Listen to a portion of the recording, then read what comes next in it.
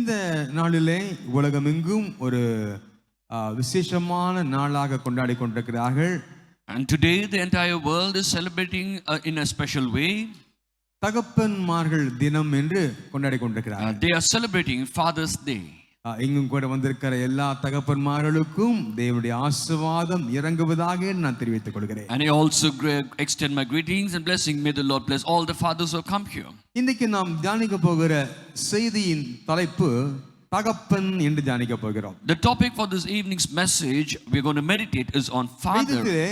தேவன் நம்முடைய கையிலே கொடுத்த பல பொறுப்புகள் இருக்கிறது. There are many responsibilities that the Lord has given into our hands. அதிலே ஒரு பெரிய பொறுப்பு குடும்ப தலைவன், குடும்ப தலைவி, தகப்பன், தாய், பிள்ளைகள், இன்னுமாக அலுவலகத்திலே பல பொறுப்புகள் இருக்கிறது.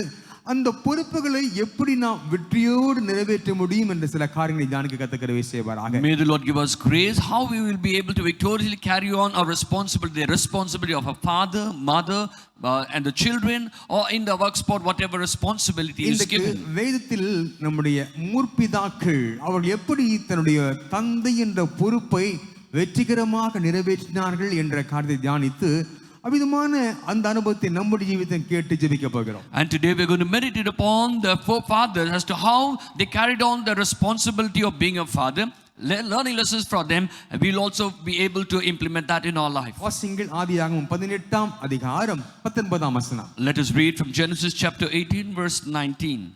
For I have known him in order that he may command his children and his household after him, that they keep the way of the Lord to do righteousness and justice, that the Lord may bring to Abraham what he has spoken to him.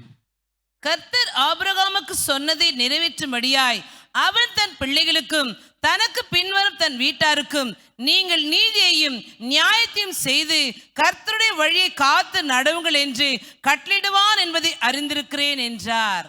கர்த்தர் இந்த இடத்திலே ஆபிரகாமை குறித்து ஒரு நற்சாட்சியை பகிர்ந்து கொள்கிறார். And over here God is giving a good testimony about Abraham. என்னவென்றால் Abraham ஒரு நல்ல தகப்பனா இருந்து தன் பிள்ளைகளுக்கு சொல்ல வேண்டிய என்னுடைய கட்டளைகளை அவர் சொல்லி தன் பின்வரும் சந்ததிகளுக்கும் அவர் அதை காத்து நடவுங்கள் என்று கட்டளையிடுவார் என்று அறிந்திருக்கிறேன் என்று கர்த்தர் சாட்சி கொடுக்கிறார். And God is giving a wonderful testimony about Abraham, saying, I know about Abraham, he is living a life as a good father, and he will command his children as to how they need to conduct themselves in their life. தகப்பன் என்ற அந்த பொறுப்பை Abraham வெற்றியோடு நிறைவேற்றுவார் என்று கர்த்தர் முன்னமே சாட்சி கொடுக்கிறார். And God foreknew how Abraham was going to fulfill his responsibility as a father, and he is telling the testimony well ahead. நாம் ஒருவர் குறித்து சொல்ல வேண்டும் என்றால் அவர் ஒரு காரியத்தை செய்த பிறகு நாம் அவரை குறித்து சொல்லுவோம். If we tell about somebody, we will only tell them after they have done something good. தேவன் சொல்லும் பொழுது பாருங்கள், ஆபிரகாமுக்கு அந்த 18ஆம் அதிகாரத்திலே அவருக்கு ஈசாக்கை பிறக்கவில்லை. And in chapter 18 when God told this, Abraham did not have Isaac. ஈசாக்கின் பிறப்பு 21ஆம் அதிகாரத்திலே தான் நடைபெறுகிறது. The birth of Isaac happens only in chapter 21. சந்ததிகளை கொடுப்பதற்கு முன்பதாகவே சந்ததிகளை எப்படி நடத்துவார் என்று தேவன் சாட்சி கொடுக்கிறார். அந்த சாட்சியை ஆபிரகாம் நிறைவேற்றினார். Even before he gave the descendants, God gave a wonderful testimony about Abraham as to how he will conduct and lead his descendants after him.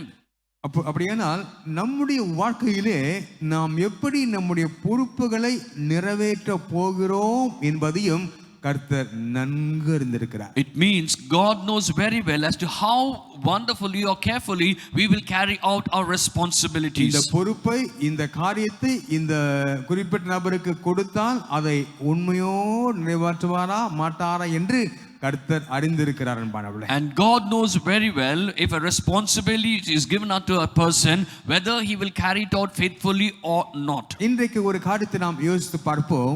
தேவன் நம்முடைய கையிலே நம்பி கொடுத்த பொறுப்புகளை நான் உண்மையோடு நிறைவேற்றுகிறோமா? Let us think and examine ourselves. The responsibility that the Lord has given into our hands, are we faithfully carrying them? தகப்பன் தாய் என்ற நிலையிலே கர்த்தர் குடும்பத்தை கையளித்திருக்கிறார். In the role of a father and mother, God has given family into our hands. வேலை செய்கிறவர்களுக்கு உங்களுடைய வேலை என்ற பொறுப்பை கையளித்திருக்கிறார். For those who are working, God has given the job into your hands as a responsibility. கையளித்திருக்கிறார். God has given the ministry as a responsibility. பிள்ளைகளுக்கு நீங்கள் நிறைவேற்ற வேண்டிய கடமைகளை பெற்றோருக்கு நிறைவேற்றும்படியான பொறுப்பை கர்த்தர் கொடுத்திருக்கிறார். And God has given the responsibility unto the parents that they need to conduct and lead their children. அந்த பொறுப்பை உண்மையோடு நீங்கள் நிறைவேற்றிக் கொண்டிருக்கிறீர்களா? கொஞ்சம் யோசித்து பார்க்கலாமா? And think for a while, are you carrying out the responsibility in a faithful way?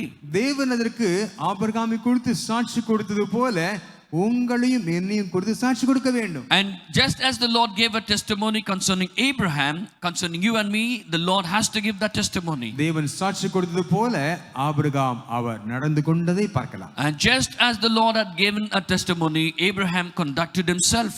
வேதத்தில் தகப்பன் என்ற பொறுப்பை நம்முடைய முற்பிதாக்களான ஆபிரகாம், ஈசாக்கு, யாக்கோபு அவள் எப்படி உண்மையாய் நிறைவேற்றினார்கள் என்பதிலிருந்து சில பாடங்களை நாம் கற்றுக்கொள்ளலாம். And let us learn the lessons from our forefathers, Abraham, Isaac and Jacob, being a father, playing the role of a father, how they carried that responsibility. அவர்களை இந்த நிலையிலே நான் தியானித்த பொழுது உண்மையாகவே வேதத்தில் கர்த்தர் சில காரியங்களை வெளிப்படுத்தினார். மிகவும் ஆச்சரியமாக இருந்தது. நமக்கும் அதை தேவன் பேசுவாராக. When I was meditating upon them in this role, the Lord revealed to me many things, and let us meditate upon that. It was such a blessing to us. வாசியுங்கள், ஆதியாகமம் 22ஆம் அதிகாரத்தை எடுத்துக்கொள்ளுங்கள். அதிலே 14ஆம் வசனத்தை வாசிக்கலாம். Let us turn to Genesis chapter 22 and read verse 14. And Abraham called the name of the place, the Lord will provide, as it is said to this day, in the mount of the Lord it shall be provided. Abraham அந்த இடத்துக்கு யெகோவா ஈரே என்று பெயரிட்டான். அதனாலே கர்த்தருடைய பர்வதத்திலே பார்த்து கொள்ளப்படும் என்று இந்நாள் வரைக்கும் சொல்லப்பட்டு வருகிறது. இந்த இடத்துல நாம் பார்க்கிறோம், ஆபிரகாம் ஒரு வார்த்தையை சொல்லுகிறதை பார்க்கலாம். And over here we can see Abraham saying a word. அந்த இடத்திற்கு யெகோவா ஈரே என்று பெயரிட்டார். And Abraham called that place Jehovah Jireh. அதனாலே கர்த்தருடைய பர்வதத்தில் பார்த்து கொள்ளப்படும் என்று அர்த்தமாய் காணப்படுகிறது. And the meaning of that is, in the mount of the Lord it shall be provided. ஆபிரகாமுடைய வாழ்க்கையை நன்கு தெரியும் உங்களுக்கு. And you know very well about the life of Abraham. அவருடைய வாழ்க்கையிலே அவருக்கு கொடுத்த ஒரே மகனை எனக்காக தகன பலியாக பலியிடு என்று 22ஆம் அதிகாரம் 2ஆம் வசனத்திலே தேவன் சொல்லுகிறதை பார்க்கலாம். And we can also see the only son that the Lord had given unto him, God is asking him to offer as a burnt offering unto him in chapter 22 and verse 2. உடனே ஒரு பெரிய ஒரு இடத்திற்கு tour போவது போல தன் மகனை அழைத்து கொண்டு கிளம்பி செல்கிறார் மகிழ்ச்சியோடு. And immediately Abraham took his son as if he is going on a tour. He went off joyfully. நான் விசுவாசிக்கிறேன், ஒரு வெளியூர் செல்லும் பொழுது, வெளி இடத்துக்கு செல்லும் பொழுது எவ்வளவு மகிழ்ச்சியோடு நாம் சொல்லுகிறோமோ அதே போல உன் மகனை தகனபலியாக பலியிடு என்று கர்த்தர் சொன்ன உடனே அப்படியே கிளம்புகிறார் Abraham. And I believe when the Lord told him to offer Isaac as his only son to be as a burnt offering, he would have joyfully started just as if he is going for a tour. அவருக்கு தேவன் மீது எவ்வளவு நம்பிக்கை. Oh, what a great hope and trust he had upon God. என்ன நம்பிக்கை தெரியுமா? What hope? என் தேவன் ஈசாக்கை தந்தவர், அவர் கைவிட மாட்டார் என்ற நம்பிக்கை. And he had that trust and hope. God who gave Isaac, he will not forsake him. உண்மையாகவே ஒரு ஆசீர்வாதத்தை தேவன் நமக்கு கொடுப்பார் என்றால் அதை எடுக்க மாட்டார், அதை பெருகச் செய்வார் ஒழிய குறைய அனுமதிக்க மாட்டார். And truly speaking, if the Lord gives a blessing, he will not take it away. He will only increase and not decrease them. அந்த இடத்துல ஈசாக்கை கூட்டிக் கொண்டு சென்று கொண்டிருக்கிறார். And he is taking Isaac over there and he went on. அப்பொழுது அவர் என்ன மன நிலைமையோடு சென்றிருப்பார் என்று கொஞ்சம் யோசித்து பார்க்கலாம். Let's imagine with what mindset he would have gone over there. ஒரு பெரிய விசுவாசம் அவருக்கு இருந்தது. He had a great faith. என் தேவன் ஈசாக்கு இந்த ஆசீர்வாதத்தை கொடுத்தார். God gave me a blessing of Isaac. அவர் சொன்ன வாக்கின்படியே அவனை பாதுகாத்து நடத்துவார் என்ற பெரிய விசுவாசம் இருந்தது. He had a great faith. As he has said, he will lead him and protect him. பாருங்கள், இந்த இடத்திற்கு ஒரு பெயரை கொடுக்கிறதை பார்க்கலாம். And we can also see him giving a name. கர்த்தருடைய பர்வதத்திலே பார்த்து கொள்ளப்படும் என்று சொல்கிறார். And he says, in the mount of the Lord it shall be provided. சொல்லுங்க, யெகோவா ஈரே. சொல்லுங்க, யெகோவா ஈரே, Jehovah Jireh. கர்த்தர் எல்லாவற்றையும் பார்த்துக் கொள்வார். And God will provide or take care of everything. இந்த சூழ்நிலையிலே சொல்கிறார் இதை, In what situation is he saying that? தன் மகனை பலியிட செல்லுகிற சூழ்நிலையிலே ஒரு விசுவாச பார்த்தேன்னு சொல்லுகிறார், கர்த்தர் எல்லாவற்றையும் பார்த்துக் கொள்வார். In a situation where he is going to offer his son as a burnt offering, he says God will take care of everything. இதிலே வேறொரு வார்த்தையும் அடங்கி இருக்கிறது. வாக்கு பண்ணின தேவன் வாக்கை நிறைவேற்ற வல்லவராயிருக்கிறார். And there's also another word that is hidden. One who has promised is faithful to fulfill that. யோசித்திருப்பார் ஆபிரகாம் இருதயத்திலே, வெளியிலே அழைத்து வானத்தை அண்ணாந்து பார், உன் சந்ததி இப்படி இருக்கும் என்று சொன்னாரே. And the Lord told him, come out and see, look at the sky, your descendants will be like this. இன்றைக்கு இப்படி பலியிட சொல்கிறாரே. Today the Lord is asking me to offer him like this. ஆனால ஒரு விசுவாசம் என்ன தெரியுமா? But he had a faith. வாக்கு பண்ணின தேவன் வாக்கு மாறாதவராய் இருக்கிறார் என்ற ஒரு பெரிய விசுவாசம். The one who has promised is unchanging in his promise, and that great faith he had. இந்த ஆபிரகாமை நான் அழைக்கிறேன் விசுவாசமுள்ள தகப்பன். And I call Abraham as a father of faith. விசுவாசமுள்ள தகப்பன். A father with faith. தகப்பனுக்கு விசுவாசம் இருக்கிறது என்று எப்படி சந்ததிகள் அறிந்து கொள்ள முடியும்?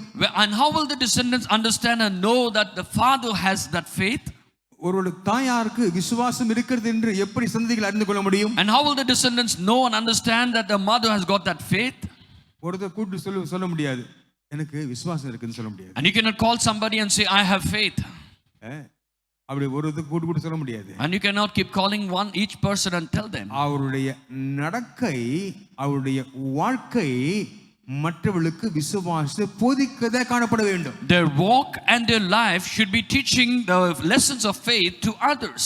வாயின் வார்த்தைகள் அல்ல, வாழ்க்கையே விசுவாச போதனையாக மாற வேண்டும். Not just our words but our lives but become lessons of faith. பாருங்கள், இந்த இடத்துல 22ஆம் அதிகாரம் 8ஆம் வசனத்திலே ஒரு கேள்வியை ஈசாக்கு கேட்கிறார். In chapter 22 and verse 8, Isaac is putting a question. வாசியுங்கள் 22:8. And Abraham said, my son, God will provide for himself the lamb for a burnt offering. So the two of them went together.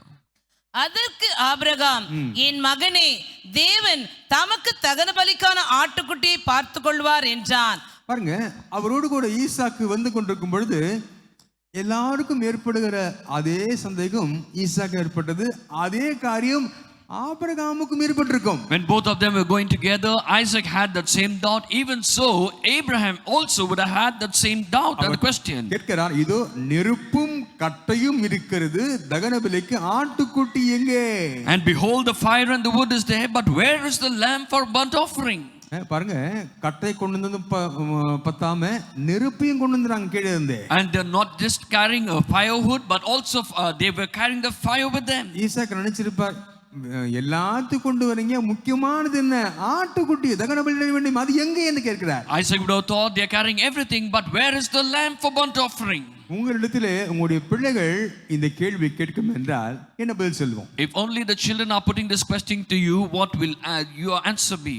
இந்த என்னுடைய fees கட்ட வேண்டும், அதற்குரிய பணத்தை ready பண்ணிட்டீங்களா அப்படின்னு கேட்டா நாம் என்ன சொல்லுவோம்?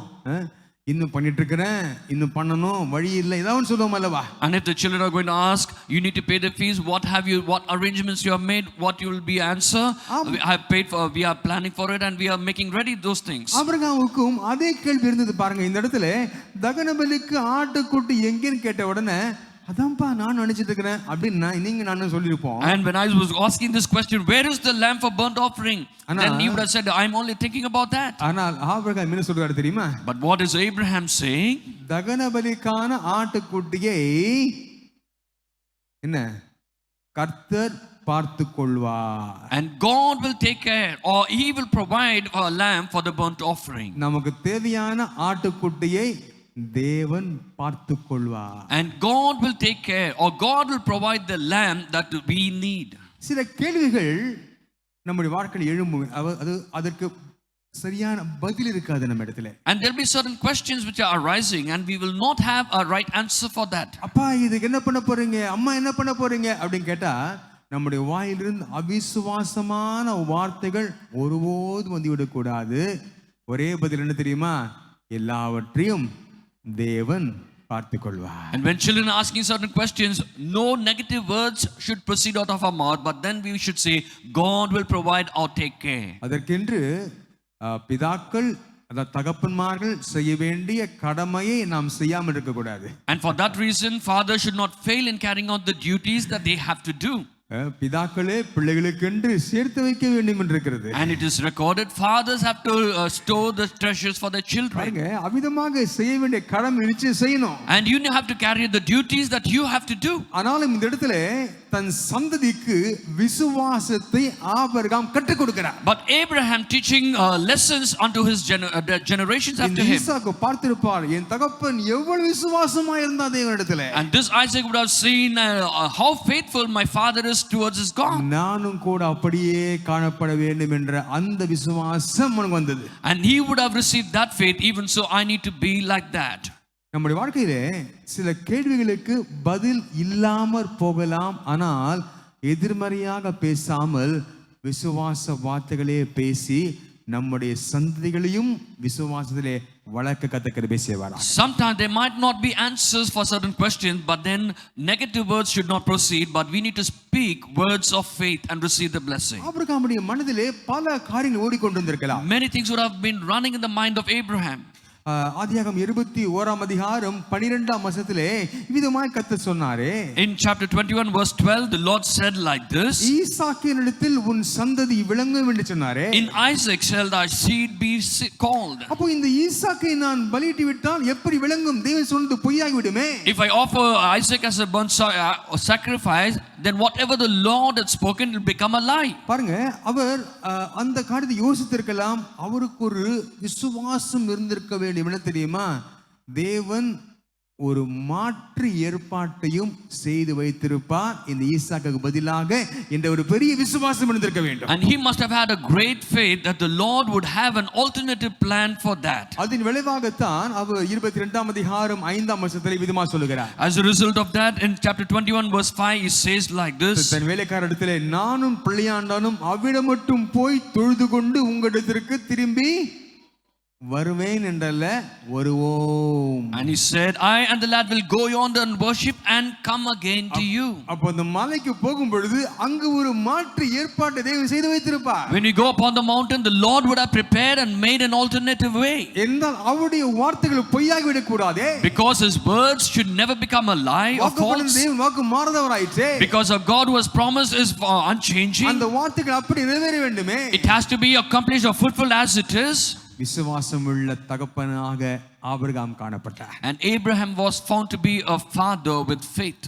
தேவன் சொன்னபடியே முதலாவது 18:10 வசனத்தில் நாம் வாசித்தோம் அல்லவா, தன் சந்ததிகளுக்கு கட்டளையிடுவான் என்று சொன்னது போல, பாருங்க, உண்மையாகவே தன் சந்ததிகளுக்கு தேவனுடைய தரிசனத்தை அவர் சொன்னது மட்டுமல்லாமல் எப்படி ஜீவிக்க வேண்டும் என்று வாழ்ந்து காட்டினது செய்தது மட்டுமல்லாமல் தன் சந்ததிகளுக்கு அதை கற்றுக் கொடுத்தார். Just as the Lord had testified about him in chapter 18 verse 19, he will command his children.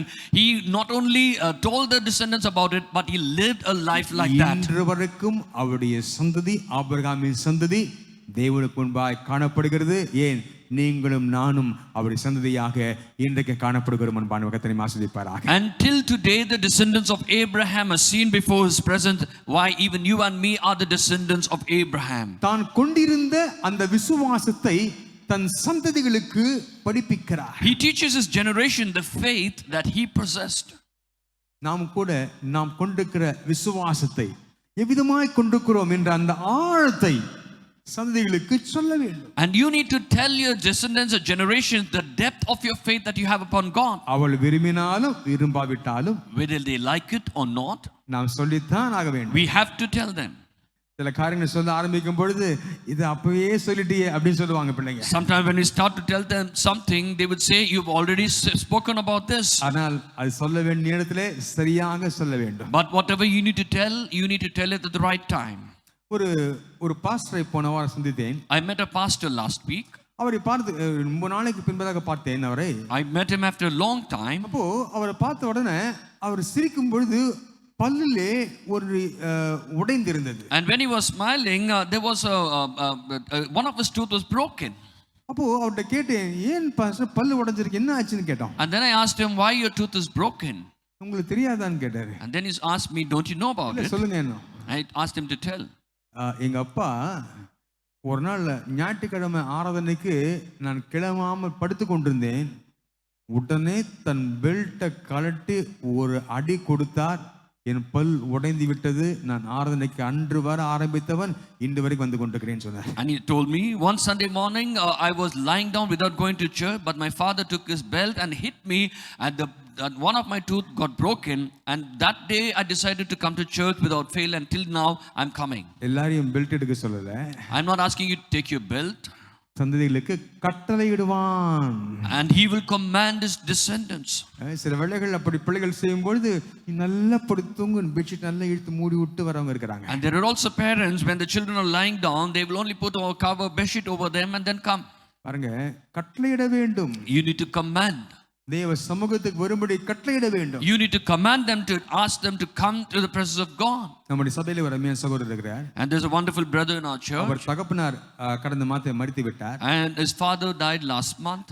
அந்த ஆறுதல் கூட்டத்தில் சாட்சி கொடுத்தார். And he gave a testimony during the memorial service. எங்க அப்பா என்ன ஒரே தடவை தான் அடிச்சிருக்காரு. My father hit me only once. எதுக்காக அடிச்சாரு? And for what reason? ஒரு நாள் ஆராதனைக்கு வருவதற்கு கொஞ்சம் தாமதமாகி விட்டது, கிளம்பு நேரமாகி விட்டது, நீ நேரத்துக்கு வராம இருக்கிறியான்னு போட்டு திட்டி அடிச்சு அந்த ஒரே ஒரு நாள் தான் அப்படி செய்தார். மறிக்கிற வரைக்கும் அதுக்கப்புறம் என்ன திட்டவும் இல்லை, அடிக்கவும் இல்லை.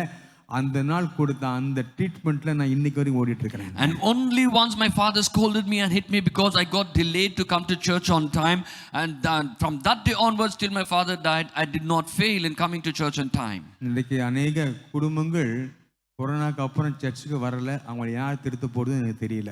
Many families today, after the pandemic, the corona, they have not come to church. I do not know who's going to குடும்ப தலைவர்களுக்கு கொடுத்த பொறுப்பு தன் சந்ததிகளை கர்த்தருடைய கட்டளைகளை காத்து நடவுங்கள் என்று கட்டளையிடுவான் என்று அறிந்திருக்கிறேன் என்று கர்த்தர் சொல்கிறார். And God testifies saying, I know about Abraham because that he will command his children about that. அந்த விசுவாசம் உள்ள தகப்பனாக நாம் மாற கிருபை செய்வாராக. May the Lord give us grace to become like that father of faith. வாசிங்கள் 2 தீமோத்தேயு முதல் அதிகாரம் 5ஆம் வசனத்தை வாசிங்கள். Let us read from 2 Timothy chapter 1 and verse 5. When I call to remembrance the genuine faith that is in you, which dwelt first in your grandmother Lois and your mother Eunice, and I am persuaded is in you also. அந்த விசுவாசம் முந்தி உன் பாட்டியாகி லோவிசாலுக்குள்ளும் உன் தாயாகி ஐனிக்கேலுக்குள்ளும் நிலைத்திருந்தது, அது உனக்குள்ளும் நிலைத்திருக்கிறது என்று நிச்சயித்திருக்கிறேன். இந்த இடத்துல இந்த வசனத்தை நாம் பார்க்கும் பொழுது ஒரு ஆச்சரியம் ஒன்று காணப்படுகிறது. And when we look into this verse, there's something surprising over here. இந்த இடத்துல ஒரு வார்த்தையை பார்க்கிறோம், genuine faith. And over here we see a word, genuine faith. பாருங்க, அப்போ genuine faithனா அது என்ன அர்த்தம்னு பார்க்கும்போது ஒரு நல்ல தரமான விசுவாசம். When you talk about a genuine faith, it is a faith with good worthiness. And பாருங்க, உங்க பாட்டிக்குள்ள அந்த விசுவாசம் எப்படி தரமானதாக இருந்ததோ அதே குவாலிட்டி கண்ட்ரோல், அதுக்கு குவாலிட்டி குறையாம உங்க தாய் லோவிசாலுக்குள்ளே ஐனிக்கையாளுக்குள்ளே அது நிலைத்திருந்தது என்று சொல்கிறார். And just as the genuine faith that is in you, it was in your grandmother, that is Lois, and also in your mother Eunice. உன் பாட்டியாகிய லோவிசாலுக்குள்ளே எப்படி அந்த தரமான விசுவாசம் இருந்ததோ அது குறைந்து போகாம அப்படியே உன் தாயாகிய ஐனிக்கையாளுக்குள்ளே வந்தது. And this genuine faith which was in your grandmother Lois, it came into your mother Eunice. அதே தரம், அதே விசுவாசம் உனக்குள்ளும் இருக்குதுன்னு தீமோத்தேயுவை பார்த்து சொல்கிறார். And looking at Timothy, he says that same quality of faith is also inside of you.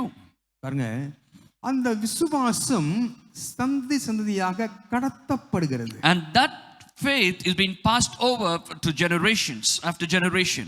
நமக்குள்ளே இருக்கிற விசுவாசம் நம்மோடு முடிந்து விடக்கூடாது, நம்முடைய சந்ததிகளிலே கடத்தப்பட கர்த்தர் கிருபை செய்வாராக. The faith that we have should not end with our life, but it has to pass on to our generations after us, and may the Lord be gracious for that. அநேகர் குழந்தை பிறந்தவன்னு சொல்லுவாங்க, மூக்கு முழியும் பாருங்க, அப்பா மாதிரியே இருக்கிறான், அம்மா மாதிரியே இருக்கிறான்னு சொல்லுவாங்க. When the child is born, they will only say, look at the child, it's like the mother, it's like the father. அந்த குடும்பத்தின் அந்த சுபாவங்களை அறிவியல் ரீதியாக பார்க்கும்போது ஜீன்கள் கடத்துகிறது. When you look into the nature of the families, scientifically it is passed on through the genes. அந்த ஜீன்கள் அந்த அணுக்கள் மூலமாக அப்படியே வருகிறது. And through the DNA it is passed on. ஆனால் இந்த விசுவாசம், கர்த்தரை பற்றிய விசுவாசம், கர்த்தரை பற்றின பக்தியான வாழ்க்கை, அது எப்படி கடத்த வேண்டும், எப்படி அடுத்த சந்ததிக்கு பாஸ் ஆன் பண்ண வேண்டும் என்று பார்க்கும் பொழுது நாம் கட்டளை கொடுப்பது நிமித்தமாகவே என்று பார்க்கிறோம். When you look into how the spiritual aspects of it, the faith is passed on to the generations. It's only by we giving that command to our children. நமக்கு பின்பதாக ஒரு எழுத்தின்படியான சந்ததியும் ஒரு ஆவிக்குரிய சந்ததியும் எழும்ப வேண்டும் என்று பார்க்கிறோம். And we see after us a literal generation and a spiritual descendants should be rising up. பாருங்கள், நேற்று தினத்திலே ஒரு ஆறுதல் கூட்டம் ஒன்று நடைபெற்றது. And yesterday there was a memorial service. அதிலே ஒரு நல்ல ஒரு போதகர் வந்திருந்தார். அவரை பேசும்படியாக நம்முடைய போதகர்கள் கேட்டுக்கொண்ட பொழுது அவர் சொன்னாராம் விதமாக, அருமையான பாஸ்டர் ஸ்டீஃபன் அவருடைய வார்த்தைகளினாலே நான் ஊழியத்துக்கு ஒப்பு கொடுத்து இன்றைக்கு ஊழியத்தை செய்து கொண்டிருக்கிறேன் என்று சொன்னார். I asked a wonderful pastor over there who had come to preach, and then he said, it is through a wonderful pastor Stephen I gave my life to the Lord, and today I'm doing the wonderful ministry. நம்மை அறியாமலே நம்முடைய வாழ்க்கை அநேகருக்கு உற்சாகப்படுத்துகிறது. Unknowing to us, it is encouraging others to live a life of faith. நமக்கு அறியாமலே அநேகரை ஊண்ட கட்டிக்கொண்டிருக்கிறது. And without our knowledge it is building them up. அப்படி உங்களுடைய வாழ்க்கை, என்னுடைய வாழ்க்கையும் அநேகருடைய வாழ்க்கையை கர்த்தருக்குள்ளே ஊன்ற கட்ட கத்த கிருபை செய்வாராக. And may the Lord give us grace without our knowledge that many people will be built in the Lord. ஒரு ஆவிக்குரிய சந்ததியை, விசுவாச சந்ததியை, ஒரு தரமுள்ள விசுவாச சந்ததியை உருவாக்க கத்த கிருபை செய்வாராக. And may the Lord give us grace that we will be able to rise up a spiritual, very strong in faith, descendants. ஆண்டவரே, ஆபிரகாமை போல அந்த விசுவாசத்தை எனக்கு தெரிவதாக என்று கேட்போமா இந்த வேளையிலே? Shall we ask of the Lord, Lord, give me faith like unto this Abraham. எல்லா கண்களை மூடி கரங்களை வைத்து கேட்கலாம். ஆண்டவரே, அந்த ஆபிரகாமை போல அந்த விசுவாசத்தை எனக்கு தெரிவீராக. Lord, give me that faith like unto that Abraham.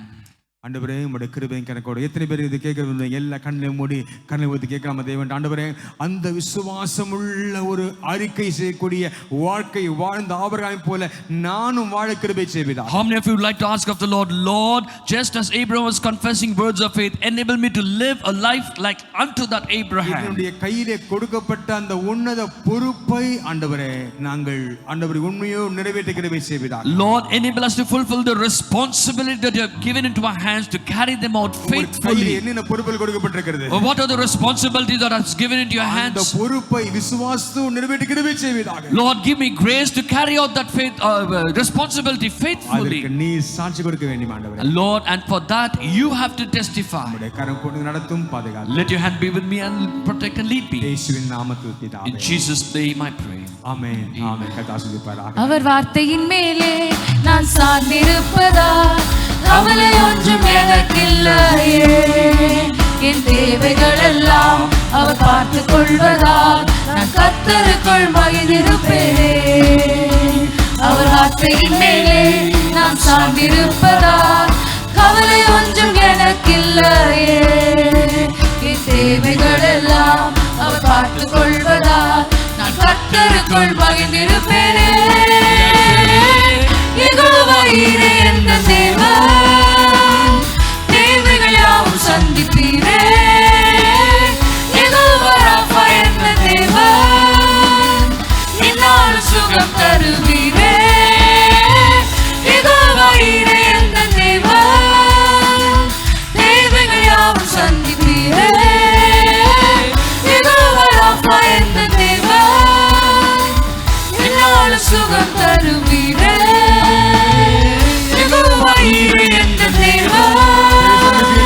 தேவைகள் யாவும் சந்திப்பீரே. யெகோவா ராஃபா என்ற தேவன் என்னால் சுகம் தருவீரே. தேவன் நாம் நினைக்கும் பொழுது நமக்கு தோன்றவிட என்ன தெரியுமா? எனக்காக ஒரு வழியை ஆயத்தப்படுத்தி வைத்திருப்பார். And when the Lord is leading us, what is the way you think? God would have prepared a way for me. அந்த விசுவாசம் நமக்கு காணப்படும் என்றால் நம்முடைய குடும்பத்தை நடத்துவதிலும் வேலைகளை செய்வதிலும் எந்த ஒரு பிரச்சனையும் இருக்காது என்பார்கள். And if we have that faith, there will not be any problem in leading our family or doing our work. இரண்டாவதாக ஈசாக்கு குறித்து தியானிக்கலாமா? And secondly, let us meditate upon Isaac. ஈசாக்கு எப்படிப்பட்ட தகப்பனாக இருந்தார்? And what kind of a father was Isaac? ஆபிரகாமினாலே கட்டளைகளை அவர் போதித்து விசுவாசத்தை போதிக்கப்பட்ட ஒரு ஈசாக்கு. Isaac was taught by Abraham about faith. அந்த ஈசாக்கு எப்படி நடந்து கொண்டார்? And how did Isaac conduct himself? வாசியுங்கள் ஆதியாகமம் 28ஆம் அதிகாரம் 2ஆம் வசனத்தையும் 4ஆம் வசனத்தையும் வாசிக்கலாம். Let us read from Genesis chapter 28 verses 2 and 4. Arise, go to Paddan-aram, to the house of Bethuel, your mother's father, and take yourself a wife from there, of the daughters of Laban, your mother's brother, and give you the blessing of Abraham to you and your descendants with you, that you may inherit the land in which you are a stranger, which God gave to Abraham. எழுந்து புறப்பட்டு பதான் அராமில் இருக்கிற உன் தாயுடைய தகப்பனாகிய பெத்துவேலுடைய வீட்டுக்கு போய் அவ்விடத்தில் உன் தாயின் சகோதரனாகிய லாபானின் குமாரத்திகளுக்குள் பெண் கொள் என்று அவனுக்கு கட்டளையிட்டான். தேவன் ஆபிரகாமுக்கு கொடுத்ததும் நீ பரதேசியாய் தங்குகிறதுமான தேசத்தை நீ சுதந்திரத்துக் கொள்ளும்படி ஆபிரகாமுக்கு அருளின ஆசீர்வாதத்தை உனக்கும் உன் சந்ததிக்கும் அருளுவாராக என்று சொல்லி. இந்த இடத்துல நீங்கள் எல்லாருக்கும் அறிந்திருக்கிறபடியே தேவனுடைய தீர்மானத்தின்படியே சிரேஷ்ட புத்திர பாகம் யாக்கோபுக்கு வந்தது. As you all know very well, according to God's plan, the birthright reached Jacob. அதற்கு தாயை பற்றி குற்றம் சொன்னாலும் அந்த இடத்திலே தேவனுடைய தீர்மானம் அப்படி காணப்பட்டது. And whether you're finding fault with the mother or not, it was God's plan over there. அதன் நிமித்தமாக இவர்கள் இருவருக்கும் பகை ஏற்பட்டதை பார்க்கலாம். And through that, hatred came in between both these people. 27ஆம் அதிகாரம் 41ஆம் வசனத்தை நாம் பார்க்கும் பொழுது 43ஆம் வசனத்தை பார்க்கும் பொழுது ஏசாவுக்கும் யாக்கோபுக்கும் ஒரு பகை ஏற்படக்கூடிய ஒரு பெரிய சூழ்நிலையை பார்க்கலாம். If you read through chapter 27 verses 41 and 43, you will see over there there was a hatred between Esau and Jacob. அது எந்த அளவுக்கு பயங்கரம் என்றால் யாக்கோபை கொண்டு போடுவேன் என்று ஏசா இதயத்திலே சொல்லிக் கொண்டிருக்கிறான் என்று அறிந்தார்கள். To what extent the hatred went on, to the extent that Esau was saying that I will kill my brother Jacob. அந்த அளவுக்கு ஒரு பயங்கரமான பகை. And to that extent a great hatred. அந்த அளவுக்கு ஒரு பயங்கரமான பகை பிள்ளைகள் மத்தியில் உருவானது. A great hatred arose between the children. அந்த ஒரு பயங்கரமான பகை அது அந்த சூழ்நிலையை எப்படி கையாண்டார் என்பதுதான் இந்த ஈசாக்கினுடைய தனித்துவம். And the uniqueness of Isaac is that how Isaac handled this bitter situation. அந்த சூழ்நிலையிலே யாக்கோபிடத்திலே ஒரு காரியத்தை சொல்கிறார். And in that situation, looking at Jacob, Isaac said these words. நீ எழுந்து புறப்பட்டு பதான் அராமில் இருக்கிற உன் தாயின் தகப்பனாகிய பெத்துவேல் வீட்டுக்கு போய் அங்கு ஏன் போகணும் அப்படின்னு அதுடைய காரியத்தை சொல்றாரு. அங்கு லாபானின் குமாரத்திகளுக்குள் பெண் கொள் என்று அவனை சொல்லி அனுப்புகிறார். And he looked up to Jacob and said, arise, go to Paddan-aram, to the house of Bethuel, your mother's father. Why? And take yourself a wife from there of the daughters of Laban, your mother's brother. அந்த ஒரு பயங்கரமான ஒரு பகையின் சூழ்நிலை கொண்டு போடக்கூடிய அளவு ஒரு சூழ்நிலை. A vigorous situation where there was hatred and he was about to kill him. அவர் டக்குன்னு அந்த சூழ்நிலையின் அந்த கொடூரத்தை மாற்றி ஒரு மங்களகரமான சூழ்நிலை கொண்டு வருகிறார். And he changed that intense situation over there into a very joyful and auspicious one. இவர் யாக்கோபிடத்திலே நீ ஏசா ரொம்ப உண்மையில கோமா இருக்கான் நீ பண்ண காட்டு நிமித்தம், அதனால நீ அங்க போயிடுப்பா, அப்புறம் கோவம் தஞ்சு நான் உன்னை கூப்பிடுறேன் அப்படின்னு நேரடியா சொல்லியிருப்பாருன்னா இவர் சொல்லியிருப்பாரு அந்த ஏசாட்டந்து எப்படி தப்பிக்கிறதுன்னு எனக்கு தெரியும், நீங்க வேலையை பாருங்கன்னு இருப்பாரு. If only Isaac looking at Jacob have said your brother is very angry with you and therefore you have to go away and you need to keep yourself safe. If Isaac told it, Jacob would have said I know how to handle my brother. அந்த சூழ்நிலையை மறக்கும்படியாக ஒரு விவாகம் என்ற ஒரு காரியத்தை சொன்னபடினாலே யாக்கோபு அது கீழ்ப்படிந்து போகிறார். In order to forget the situation, when Isaac was talking about the wedding situations over there, Jacob immediately started. அந்த குடும்பத்தில் ஏற்பட்ட சவாலான சூழ்நிலையை சரியாக கையாண்டார். And Isaac handled it in a wonderful way, in the right way, the challenging situation in the family. நல்வழி நடத்தின ஈசாக்கு. Isaac, the father of good counsel. நல்வழி நடத்தின ஒரு தகப்பனாக ஈசாக் என்று பார்க்கிறோம். And we see Isaac, the father of good counsel.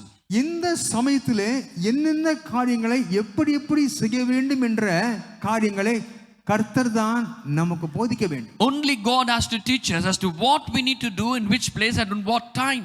பாருங்க, இந்த சந்ததிகளை, இந்த 2 வாலிபர்களை எப்படி சமாளிக்கிறார்னு பார்க்கும் பொழுது, ஒரு அழகாய் வாலிபர்களுக்கு பிடித்த ஒரு காரியத்தை அழகாக சொல்லி அழகாக அனுப்புகிறார். If you look into as to how Isaac is handling his young children, the young people over there, whatever they need, he is handling it in that way. அதை சரியான விதத்திலே கையாண்டு அதே வேளையிலே ரெபெக்காளுடைய சம்மதத்தோடு, and he handles the situation very well, also along with the approval of Rebecca. சில முடிவுகள் எடுப்பார்கள் குடும்ப தலைவர்கள். Sometimes the head of the family will take some decisions. நான் தீர்மானிச்சேன், எப்படி தான் செய்யணும், I have decided, you have to do it. அப்படியே இல்ல. It's not so. குடும்பத்தோடு சமாதானமான ஒரு முடிவை எடுக்கக்கூடிய ஒரு நல்ல தகப்பனை காணப்பட்டார். And he is found to be a wonderful, a good father, taking approval along with the family, taking the decision. அதனுடைய விளைவு என்ன ஆனது தெரியுமா? And what was the result of that? ஆதியாகமம் 35ஆம் அதிகாரம் 29ஆம் வசனத்தை நாம் பார்க்கும் பொழுது, When you look into Genesis chapter 35 and verse 29, ஏசாவும் யாக்கோபும் அவனை அடக்கம் பண்ணினார்கள் என்று பார்க்கிறோம். ஈசாக்கு நல்ல வயதிலே மரித்தார். அந்த தகப்பனுடைய அந்த அடக்கத்தை இவர் இருவரும் ஒன்றாக சேர்ந்து சமாதானத்தோடு அடக்கம் பண்ணுகிறார். And Isaac died at a very old age, and both the sons together, Esau and Jacob, buried him peacefully. அந்த சூழ்நிலை மட்டும், அந்த சவாலை மட்டும் இவர் சரியாக கையாளாமல் இருந்திருப்பார் என்றால் இந்த சமாதானம் வந்திருக்காது. If only Isaac had not handled the situation the right way, this peace would not have come there. ஆண்டவரே, என் குடும்பத்தின் சூழ்நிலை இப்படி காணப்படுகிறது, இதை மாற்றும்படியாக நான் எந்த வழியிலே அவள் நடத்த வேண்டும் என்று கர்த்தரை கேளுங்க. And ask of the Lord, Lord, my situation, my family situation is like this. What is that I need to do? How do I need to handle that? ஈசாக்கை வழிநடத்தின அதே தேவன் உங்களோடு இருக்கிறார் அன்பானவர்களே. God who led Isaac is along with you, dearly beloved. அதே தேவன் உங்களை நடத்த வல்லவராய் இருக்கிறார். And that same God is able to lead you.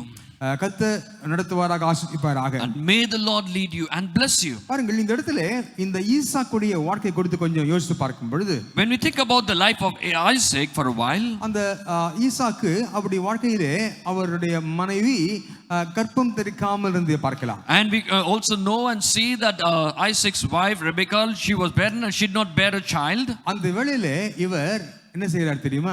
மனைவிக்காக வேண்டுதல் செய்கிறார். And at that point of time, what is he doing? He was inquiring and he was praying for her. பாருங்க, ஆதியாகமம் 25ஆம் அதிகாரம் 21ஆம் வசனத்தை நாம் வாசிக்கிறோம். In Genesis chapter 25 and verse 21, we read that. அதிலே அழகாக சொல்லப்பட்டிருக்கிறது, கர்த்தரை நோக்கி வேண்டுதல் செய்தார். And he entreated the Lord for his wife. கர்த்தர் அவன் வேண்டுதலை கேட்டருளினார். And God heard his prayer. அவன் மனைவி ரெபெக்காள் கர்ப்பம் தரித்தார். And his wife Rebecca conceived. தகப்பன் குடும்பத்திலே ஜெபிக்கிறதை மற்றவர்கள் காணணும். And others should see the father praying. ஜெபிக்கிற தகப்பன் தான் குடும்பத்தை நல்வழி நடத்த முடியும். Only a prayerful father can lead the family in the right way. பாருங்க, இந்த ரெபெக்காளுக்கு எவ்வளவு சோதனை பாருங்க. And look at the struggles for Rebecca as well. அந்த பிள்ளைகள் கர்ப்பத்திலிருந்தே ஒன்றோடொன்று மோதிக்கொண்டது என்று பார்க்கிறோம். And we see both the children are fighting with each other right inside the womb. 25-22ல வாசிக்கிறோம், அந்த குழந்தைகள் மோதிக்கொண்டது என்று பார்க்கிறோம். In chapter 25 verse 22 we read the children struggle together within her. அது உடனே அவள் மருத்துவரை கூப்பிடு என்று சொல்லல, நேரடியாக கர்த்தரிடத்திலே விசாரிக்கும்படி போனாள். She did not call the midwives immediately, but then she went to inquire of the Lord. அப்போ கணவனும் மனைவியும் ஆவிக்குரியவளாக இருக்கும் பொழுது, ஆவிக்குரிய நடக்கை உள்ளவளாக இருக்கும் பொழுது, தன் குடும்பத்தை, எதிர்கால சந்ததிகளை கர்த்தருக்குள்ளே நடத்த முடியும். எந்தவித சூழ்நிலையும் அவள் மாற்ற முடியும் என்பானவளே. When husband and wife are in the spiritual way and when they behave in the spiritual way, they can change any situation in their life. எந்த சூழ்நிலை சவாலாக இருந்தாலும் தேவனுடைய கரத்திலே கொண்டு செல்லுகிற ஒரு பெற்றோர். And parents who are taking the challenging situations to the Lord. உங்களுடைய குடும்பங்களில் இன்றைக்கு எந்த சூழ்நிலை கடந்து செல்கிறீர்கள் எனக்கு தெரியாது. I do not know as to what situation you are going through in your family. அது எப்படிப்பட்ட மோசமான சூழ்நிலையாக இருந்தாலும் அதை தேவனுடைய பாதத்தில் வார்த்தையை கொண்டு செல்லுங்கள். No matter how worse the situation might be, take it into the presence of the Lord. ஆண்டவரே என் பிள்ளைகளை உம்முடைய கரத்தில் கொடுக்கிறேனப்பா. Lord, I hand over my children into your நீர் hands. பொறுப்பெடுத்து நடத்துவீராக. You take control and lead it. உம்முடைய திட்டம் அவ்வளவு வார்த்தை நிறைவேற்றுவீராக. Let your plan be fulfilled in their life. ஒப்புக்கொடுங்கள் கர்த்தருடைய பிள்ளைகளை அதிகமாக ஆசீர்வதிப்பாராக. Submit yourself and your children to the Lord, and the Lord will bless your children. அந்த குடும்பத்தில் ஒரு பெரிய சமாதானத்துக்கு ஏதுவான முடிவுகள் வந்தது போல நம்முடைய குடும்பத்திலும் இது எப்படி முடியும் என்று கேள்விப்பட்டிருக்கிறோமே, கர்த்தர் பெரிய சமாதானமான முடிவுகளை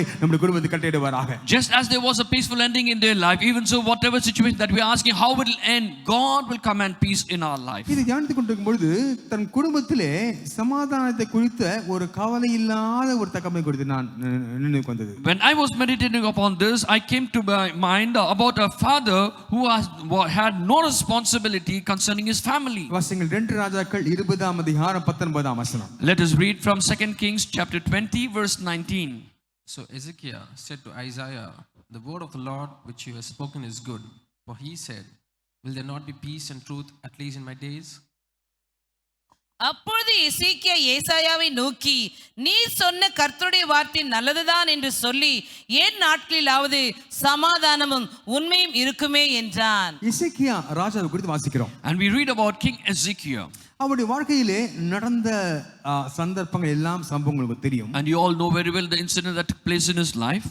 உடம்பு சரியில்லைன்னா அவர் ஜெபிச்சார்னா கர்த்தர் இறங்கி வந்து உடனே 10-15 வருஷம் கூட்டிடுவாரு. When he was sick, when he prayed, the Lord immediately came and healed and added another 15 more years. பாருங்க, அவிதமான நிலையிலே கர்த்தர் சொல்றதெல்லாம் கேட்கிறார் ஒரு நிலை இருந்துச்சு. And it was a situation where the Lord was listening to whatever he was asking. அதுக்கு அடையாளம் கேட்கும் பொழுது ஆகாசுரிய சூரிய கடிகாரத்தில் 10 பாகை 10 சாயை பின்னிட்டு போகும்படி செய்ய வேண்டும் என்று சொன்னா அந்த அற்புதம் நடந்தது. And when he asked for a sign and when he prayed, it is a lighting for the shadow to go down 10 degrees, and just as he prayed, it also happened.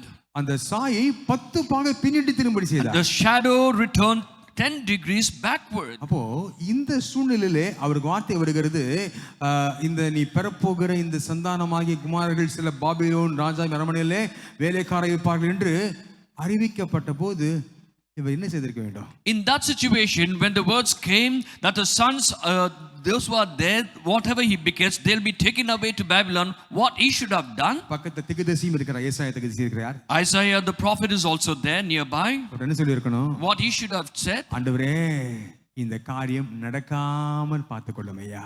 Lord, protect that this thing should not happen. இவர் என்ன பதில் சொன்னா தெரியுமா? But what answer he gave? வா, ரொம்ப சந்தோஷம், என் காலத்திலேயாவது சமாதானம் இருக்குமே. Oh, it's so happy, at least in my days let there be peace. இவரை பத்தி செய்தி எடுத்தேன்னா ஒரு தலைப்பு வச்சிருப்பேன், சுயநலமுள்ள தகப்பன். If I need to talk about him, I have a message. I should be talking a selfish father. என் காலத்து வரைக்கும் பார்த்து கொண்டு போறோம் போதும். It is enough for my time alone. Let me look into my time alone.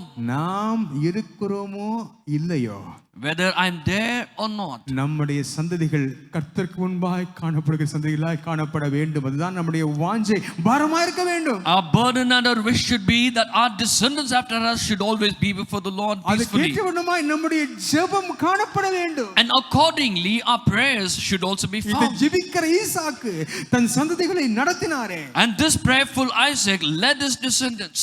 அதுபோல நாம் நடத்த கத்துக்கிற செய்வாராக. And may the Lord be gracious that we will also lead our descendants like that. தன் வாழ்க்கை குறித்து கவலைப்பட்ட ஒழிய தன் சந்ததிகளுடைய வாழ்க்கை குறித்து கவலைப்படல. He was worried only about his life and not worried about his descendants. நம் சந்ததிகளுக்கும் நீடித்த நாட்களாய் சமாதானத்தை கட்டளையிடுவாராக. And may the Lord command peace all through the life forever. என்றென்றும் குடும்பத்தில் சமாதானம் காணப்பட காரியங்களை செய்ய வேண்டியது ஒரு குடும்ப தலைவனின் ஒரு தகப்பனின் பொறுப்பு. It is the father's responsibility to be what is needed for there to be peace forever. அதை நாம் செய்ய கிருபை செய்வாராக. And may the Lord be gracious that we will be able to do that. ஆண்டவரே, உம்முடைய கிருபையை எனக்கு கட்டளையிட்டு என் குடும்பத்திலே வருகிற சவால்களை நான் சரியாக கையாள கிருபை செய்வீராக. Lord, give me grace that I will be able to handle the situations in the right way. எல்லா குடும்பங்களிலும் போராட்டங்கள் உண்டு. There are problems in every family. ஆனால் கர்த்தருடைய கிருபையோடு துணையோடு நாம் அதை கையாள வேண்டும். But we need to handle that with the grace of God and with the help of God. ஆண்டவரே ஈசாக்கை போல எனக்கு கிருபை தருவீராக என்று சொல்கிறவர்கள் கண்களை மூடி ஜெபிக்கலாம் அந்த வேளையிலே. And those who say, Lord, give me that grace like unto Isaac, lift up your hands and pray. ஒரு நீடித்த சமாதானத்தை கட்டளையிடுவீராக. Lord, command a peace, an eternal peace. பிரச்சனைகளை சரியான விதத்திலே கையாள கிருபை செய்வீராக. Give me grace to handle the situation, the problems in the right way.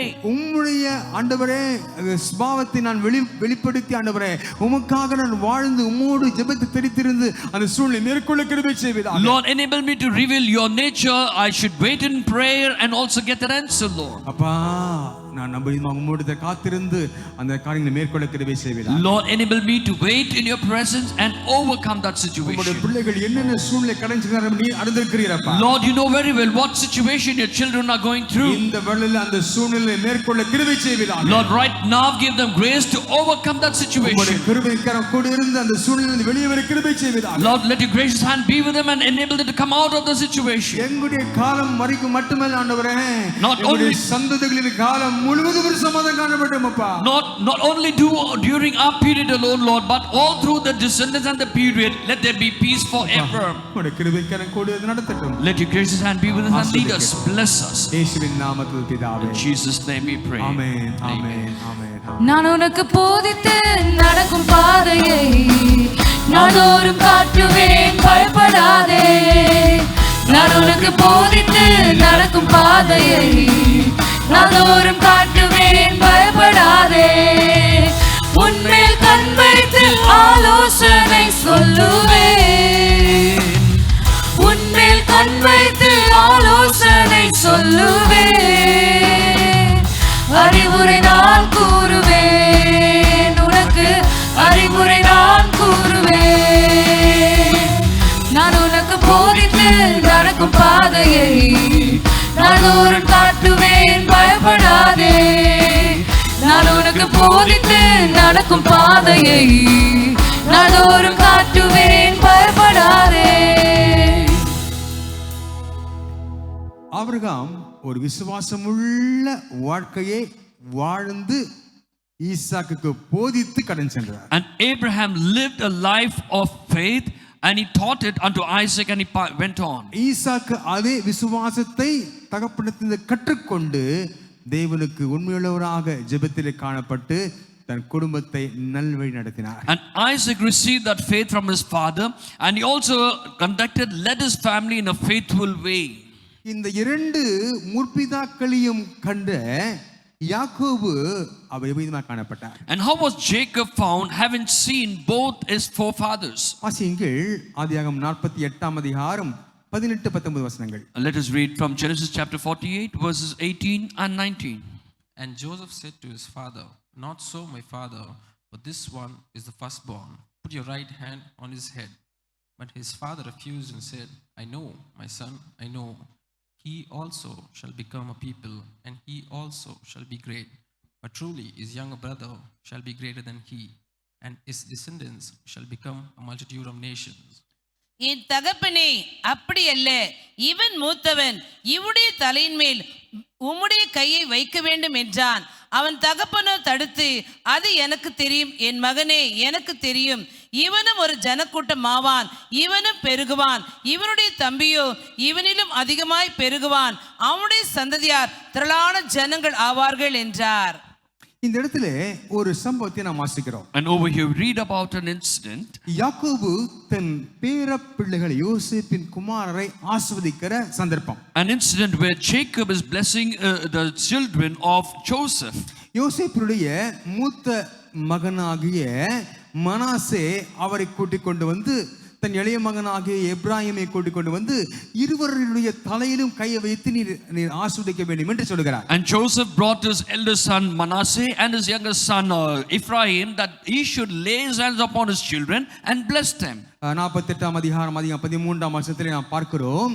பின்பு யோசேப்பு ஒருவரையும் கொண்டு வந்து எப்ராஹிமை தன் வலது கையினாலே இஸ்ரவேலின் இடது கைக்கு நேராகவும் அபித மனாசையை தன் இடது கையினாலே இஸ்ரவேலின் வலது கைக்கு நேராகவும் விட்டான். In verse 13 we read, and Joseph took them both, Ephraim in his right hand toward Israel's left hand, and Manasseh in his left hand towards Israel's right hand. ஆனால் அந்த மனாசே மூத்தவனா இருந்தும் அவனுக்கு வர வேண்டிய சில ஆசீர்வாதங்கள் சிரேஷ்டபுத்திர பாகம் பல நிலைகள் இருக்கிறது இஸ்ரவேல் தேசத்திலே. அந்த காரியங்கள் இருந்தும் வலது கையினாலே அபிதமாக அந்த மனாசே மேல் வைக்காமல் அவன் இளைய மகனாக எப்ராயிமுடைய தலையின் மேல் வைக்கிறதை பார்க்கலாம் வலது கையை. And we can see over here Jacob, rather than keeping his hand upon Manasseh the elder son, he is placing his hand upon Ephraim the younger son. இடது கையை மனாசையின் தலையில் வைக்கிறார். And then his left hand he put it upon the head of Manasseh.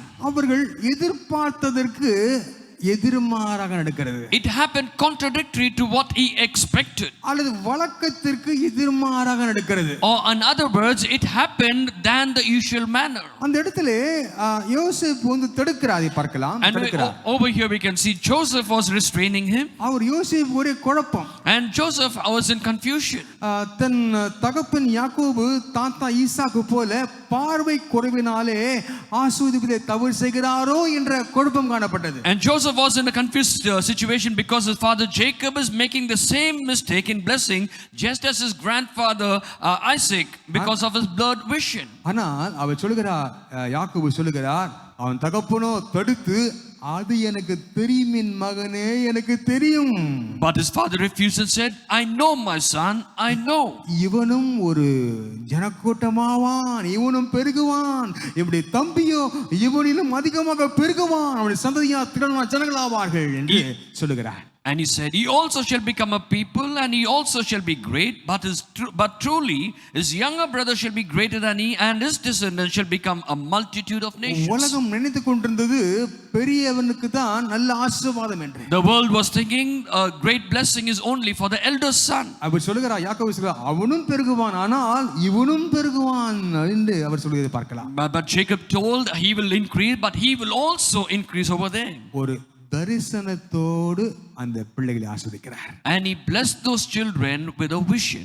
ஒரு பெரிய தரிசனத்தோடு உள்ள ஒரு தகப்பனாய் பார்க்கிறோம். And we see a father with that great vision. தரிசனமுள்ள தகப்பன் யாக்கோபு. And Jacob, the father of vision. விசுவாசமுள்ள தகப்பன் Abraham. Abraham, the father of faith. ஜெபத்தோடு நல்வழி நடத்தின ஈசாக்கு தகப்பன். Isaac, the father of good counsel, led with prayer. அந்த இருவருடைய ஆசீர்வாதமும் இந்த யாக்கோபுக்குள் இறங்கி வந்து தரிசனமும் சேர்ந்து கொண்டு அப்படி சந்ததி ஒரு பெரிய ஆசீர்வாத சந்ததியாக மாறுகிறது என்பானவள். And both the blessings of these fathers came onto Jacob, and he was a father of vision, and then he blessed his generation. அந்த 48:19 இருந்து அவருடைய தரிசனங்களின் வார்த்தைகள் ஆரம்பிக்கிறது. And in chapter 48 verse 19 onward, the words of vision started. பாருங்க, அவரு இவனும் ஒரு ஜனக்கூட்டமாவான், இவனும் பெருகுவான், இவனுடைய தம்பி இவனும் அதிகமாக பெருகுவான் என்று சந்ததிகள் குறித்து கர்த்தர் கொடுத்த தரிசனத்தை அப்படியே சொல்லுகிறதை பார்க்கலாம். And we can see God gave him vision where he says his truly his younger brother shall be greater than he, and his descendants shall become a multitude of nations. மனுஷனுடைய நினைவுகள் அல்லது உலகத்தின் காரியங்கள் ஒன்றை சொல்லும். And against the words of man the world will say something. ஆனால் நமக்குள்ளே இருக்கிற தரிசனம் வேறு ஒன்றை சொல்லும். But the vision that is inside of us will tell differently. அந்த தரிசனத்துக்கு கீழ்ப்படிந்து நம்முடைய பிள்ளைகளை இதுக்கு நேராக நடத்தும் பொழுது நம்முடைய பிள்ளைகளுடைய வாழ்க்கை ஒரு பெரிய ஆசீர்வாதமான வாழ்க்கையாக மாறும் என்பானவளே. When we obey to that vision and lead our children, the life of our children will definitely be a great blessing. ஆகவே ஏசாயா 55 அதிகாரம் 8ஆம் வசனத்தில் சொல்லப்பட்டிருக்கிறது, என் நினைவுகள் உங்கள் நினைவுகள் அல்ல, உங்கள் வழிகள் என் வழிகள் அல்ல என்று கர்த்தர் சொல்கிறார். And therefore the Lord says in Isaiah chapter 55 verse 8, for my thoughts are not your thoughts, nor are your ways my ways. தேவன் நம்முடைய குடும்பத்தை வழிநடத்தும்படியாக அவருடைய தரிசனத்துக்கு நாம் ஒப்பு கொடுக்க வேண்டும். And we need to submit ourselves to the Lord, that the Lord should lead our family. ஆண்டவரே, நீ எனக்கு கொடுத்த தரிசனத்தின்படியே என் குடும்பத்தை நடத்துவீராக. Lord, lead my family according to the vision that you have given. அந்த தரிசனத்தை குடும்பம் தடுக்கலாம். யோசேப்பு அவர் கையை தடுத்தார். A family might even stop that vision. Over here Joseph was refusing and stopping him. ஆனாலும் யாக்கோபு அதை விட்டுவிடாமல் நீ இருப்பா எனக்கு தெரியும் அப்படி சொல்லி தன் தரிசனத்தை நிறைவேற்றினாரே. But Jacob was firm and he said, I know, and then he blessed the descendants over there and he fulfilled that vision. யோசேப்பு தரிசனத்திலே பெரிய வீரர் தான். Joseph was a great man of vision. பயங்கரமான தரிசனங்களை எல்லாம் பார்த்து அதை நிறைவேற்றி பெரிய ஆளாயிட்டாரு. And he became a great man, having seen lots of vision, fulfilling them. ஆனா அவருக்கே தகப்பன் யாக்கோபு. But for him, Jacob was his father.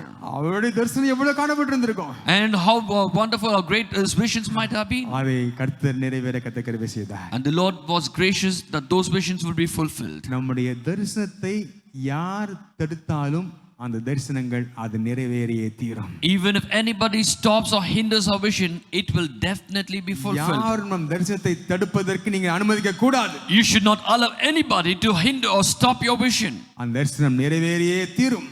That vision will definitely get fulfilled. நமக்கு கொடுக்கப்பட்ட பொறுப்பு இருக்குது அல்லவா, அந்த பொறுப்புகள் அதை உணர்ந்து செய்கிற ஒரு தகப்பனை போல நாம் மாற கர்த்தர் கிருபை செய்வாராக. And may the Lord give us grace that we will realize that vision and become like these responsible fathers. கொடுக்கப்பட்ட பொறுப்புகள் என்ன? What are the responsibilities given? தகப்பனா, தாயா, பிள்ளைகளா, பெற்றோரா அல்லது வேலை ஸ்தலத்திலே ஒரு எம்ப்ளாயியா, அது எப்படி காணப்படுகிறீர்கள் அதை நினைத்துக் கொள்ளுங்கள்.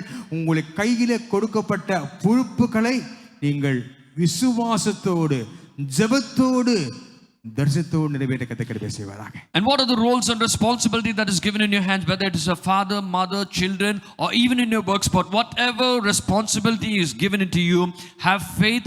You need to also lead that with good counsel, and with that vision you need to fulfill them. இந்த ஸ்தானத்தில் என்னை வைத்திருக்கிறீர், தகப்பன் ஸ்தானத்தை வைத்திருக்கிறீர். Lord, you are kept in the position of a father. நான் சரியான வழியை சென்று கொண்டிருக்கிறேனா? Am I going in the right way?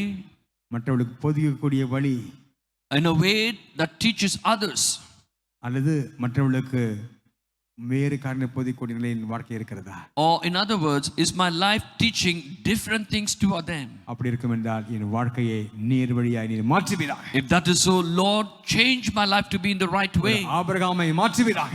Lord, make me an Abraham. ஒரு ஈசாக்கை மாற்றுவீராக. Make me as an Isaac. ஒரு யாக்கோபை மாற்றுவீராக. Make me as this Jacob. உடைய கரம் கூட இருந்து எங்களை ஆசீர்வதிப்பீராக என்று நான் ஜெபிக்கலாம். கர்த்தர் நம்மோடு இருப்பாராக, கர்த்தர் நம்மை ஆசீர்வதிப்பாராக. இந்த 3 வித குணாசிகள் கர்த்தர் நமக்கு கொடுத்து பொறுப்பை உண்மையோடு நிறைவேற்றுகிற தகப்பன்மார்களாகவும் தாய்மார்களாகவும் இந்த பொறுப்பை செய்கிறவர்களாக தன்னை மாற்றுவாராக. And may the Lord give us the characteristics of these 3 fathers so that we will be able to carry out our responsibility in a faithful way. எல்லார் கண்களை மூடுவோம். அந்த வேளையிலே shall we all close our eyes? ஆண்டவரே, உம்முடைய கரம் என்னோடு இருந்து ஆண்டவரே. Lord, let your hand be with me. என் குடும்பத்துக்கு கொடுத்த தரிசனங்களை கொடுத்திருக்கிறீரப்பா. You have given me vision concerning my family. அந்த தரிசனப்படி நான் குடும்பத்தை நடத்த கிருபை செய்வீராக. Give us grace that I will be able to lead my family according to that vision. தரிசனத்தை உணர்ந்து என் பொறுப்பை நிறைவேற்றக்கூடிய கிருபை தருவீராக. Enable me to realize that vision and carry my responsibilities. சில வேளைகளில் நான் நடந்த நடக்கையை குறித்து நானே வருத்தப்படுகிறேனப்பா. Lord, I am very much disheartened on the way that I have conducted myself or behaved myself. என்னை மன்னிப்பீராக என்று சொல்றவங்க கரம் ஊதி ஜெபிக்கலாம். அந்த வேளையில் And those who say, Lord, forgive me, lift up your hands and pray. சில வேளைகளில் இந்த பொறுப்பை நிறைவேற்றவில்லையே. Sometimes, Lord, I have not carried out my responsibility. சில வேளைகளில் அவிசுவாசமாக பேசியிருக்கிறேனே. Sometimes I have spoken without in disbelief. சில வேளைகளில் நடக்க வேண்டிய வழியில் நடத்தவில்லையே பிள்ளைகளை. Sometimes I have not led my children in the way that they should go. நடத்தவில்லையே. I have not led them with a vision. இந்த 3 பிதாக்களை போல நாங்கள் ஜீவிக்க கிருபை செய்வீராக என்று சொல்கிறவர்கள் எல்லாம் ஜெபிக்கும்படி கேட்டுக்கொள்கிறேன். And those who like to say, Lord, lead me like these 3 fathers, pray together. பிதாவே, உம்முடைய கிருபை கரம் கொடு கேடுமே. Father God, let your gracious hand be with us. ஆண்டவரே, இந்த கிருபை தருவீராக. Give us grace, Lord. ஹalleluya, ஹalleluya. தரிசனம் தந்தவர் மறவா, தாங்கியே நடத்திட மறவா. தரிசனம் தந்தவர் மறவா, தாங்கியே நடத்திட மறவா. எப்பக்கம் நெருக்கங்கள் என்னை சூழ்ந்திட்டாலும் எலியாவின் தேவன் என்னை மறவா.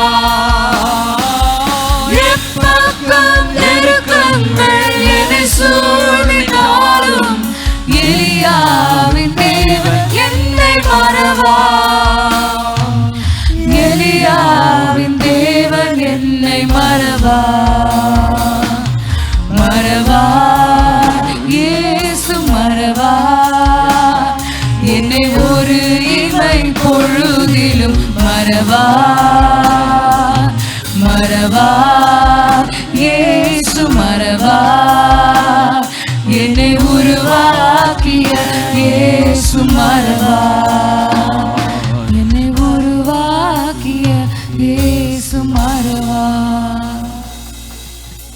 எங்கள் நேசிக்கிற நல்ல பிதாவே, a loving Heavenly Father, நல்ல வெள்ளைக்காய் நன்றியோடு துதிக்கிறோம். we thank you for this wonderful time. தகப்பன் என்ற ஸ்தானத்தை குறித்து எங்களை பார்த்தோம் ஐயா. Lord, we meditate upon the position of a father. ஒரு விசுவாசமுள்ள ஆபிரகாமை போல நாங்கள் காணப்பட்டு விசுவாசத்தை மற்றவர்கள் சந்ததிகளுக்கு நாங்கள் அறிவிக்க கிருபை செய்வீராக. Lord, give us grace that we will be like unto this Abraham with faith and also teach that faith unto the generations. எந்த விதத்திலும் விசுவாச குறைவான வார்த்தைகள் எதிர்மான வார்த்தைகள் வந்து விடாதபடிக்கு நீ பாதுகாத்துக் கொள்வீராக. Lord, you protect that no negative words or words of disbelief will proceed out of our mouth. உங்கள் சந்ததிகளுக்கு கட்டளையிட கிருபை செய்வீராக. Give us grace to command unto our descendants. ஈசாக்கை போல நல்ல வழியில் நடத்தக்கூடிய ஒரு ஜெபிக்க தகப்பனாக நீ மாற்றுவீராக. Lord, like unto Isaac, make us to be a father with good counsel and also a father with prayer. குடும்பத்தில் வந்த சவால்களை அருமையாய் கையாண்டாரே. Lord, he handled the challenges in the family in a wonderful way. சுயநலமுள்ள தகப்பனாக அல்ல ஆண்டவரே. Lord, he was not a selfish father. ஒரு சமாதானத்தை கொண்டு ஒரு தகப்பனாக மாறினாரே. He became a father bringing peace. அப்பா உம்முடைய கரம் கூட இருந்து அபிதமான அனுபவத்தை எங்களுக்கு கட்டளையிடுவீராக. Let your hand be with us and give us those experiences. இந்த இரண்டு அனுபவங்களை பெற்ற யாக்கோபை குறித்து பார்க்கிறோம் ஐயா. Lord, we see about Jacob. We had these two ஒரு experiences. பெரிய தரிசனம் என்று பார்த்தோம் ஆண்டவரே. Lord, we saw about a great vision. உலகம் எதிர்பார்த்தது போல் அல்லாமல் அவர் தரிசித்தபடி அதை மாற்றி செய்தாரே. Lord, it was not the way that the world was expecting, but you changed it according to your will. அப்பா உம்முடைய தரிசனத்தின்படி குடும்பத்தை நடத்தி ஆண்டவரே இன்று வரைக்கும் இஸ்ரவேலின் சந்ததி இந்த உலகத்திலே உமக்கு முன்னால் காணப்பட கிருபை செய்தாரே. Lord, he was there to fulfill your vision until date the descendants are following that. அதுபோல எங்கள் அனைவருக்கும் கிருபை தருவீராக. Likewise, give us those grace, Lord. ஆபிரகாமை போல ஈசாக்கை போல யாக்கோபை போல ஒரு நல்ல தகப்பனாய் காணப்பட்டு ஒரு நல்ல விசுவாச சந்ததிகளை நாங்கள் இந்த உலகத்திலே எழுப்ப கிருபை செய்வீராக. Like unto Abraham, Isaac and Jacob, enable us to be a good father and raise a faithful generation. கொடுக்கப்பட்ட பொறுப்பை உணர்ந்து நிறைவேற்ற கிருபை செய்வீராக. Lord, enable us to realize the responsibility and fulfill that. ஆசீர்வதிப்பீராக. You bless us. இயேசுவின் நாமத்தில் பிதாவே. In Jesus' name we pray. Amen. Amen. ஆமென். நம்முடைய கர்த்தராகிய இயேசு கிறிஸ்துவின் கிருபையும் பிதாவாகிய தேவனுடைய அன்பும் பரிசுத்த ஆவியானவருடைய ஐக்கியமும் அன்பும் வேண்டுதலும் மாதம் சமாதானம் ஆளுகையும் நம் அனைவரோடும் இன்றும் என்றும் சதா காலம் தங்கி இருப்பதாக எல்லாரும் சொல்லுமா? ஆமென். என் ஆத்துமாவே கர்த்தரை ஸ்தோத்திரி, உம்முடைய பரிசுத்த நாமத்தை ஸ்தோத்திரி. என் ஆத்துமாவே கர்த்தரை ஸ்தோத்திரி, அவர் செய்த சகல உபகாரங்களையும் மறவாதே. ஆமென். கர்த்தர் ஒருவராக காப்பாராக. God bless you. Praise the Lord. Pastor P. Stephen மற்றும் திருமதி சந்திரலீலா ஸ்டீஃபன் அவர்களால் ஸ்தாபிக்கப்பட்ட பல்லாவரம் அப்போஸ்தல கிறிஸ்தவ சபை அவர்களுடைய மறைவுக்கு பின் பாஸ்டர் விசுவாசம் அவர்களால் தொடர்ந்து வளர்ந்து வருகிறது. ஒன்றுமில்லாமல் ஆரம்பிக்கப்பட்ட இந்த சபையானது இன்றைக்கு ஆயிரக்கணக்கான ஆத்துமாக்களை கொண்டதாக மாற கர்த்தர் கிருபை செய்தார். உங்களுடைய பிரச்சனைகளுக்காகவும் ஜெப குறிப்புகளுக்காகவும் 24 மணி நேரமும் ஜெபிக்க ஆயத்தமாயிருக்கிறோம். நீங்கள் தொடர்பு கொள்ள வேண்டிய முகவரி பாஸ்டர் S.விசுவாசம், விசுவாச அப்போஸ்தல கிறிஸ்தவ சபை, 12A ஈஸ்வரி நகர், பல்லாவரம், சென்னை 43. தொலைபேசி எண் 766-755-2299.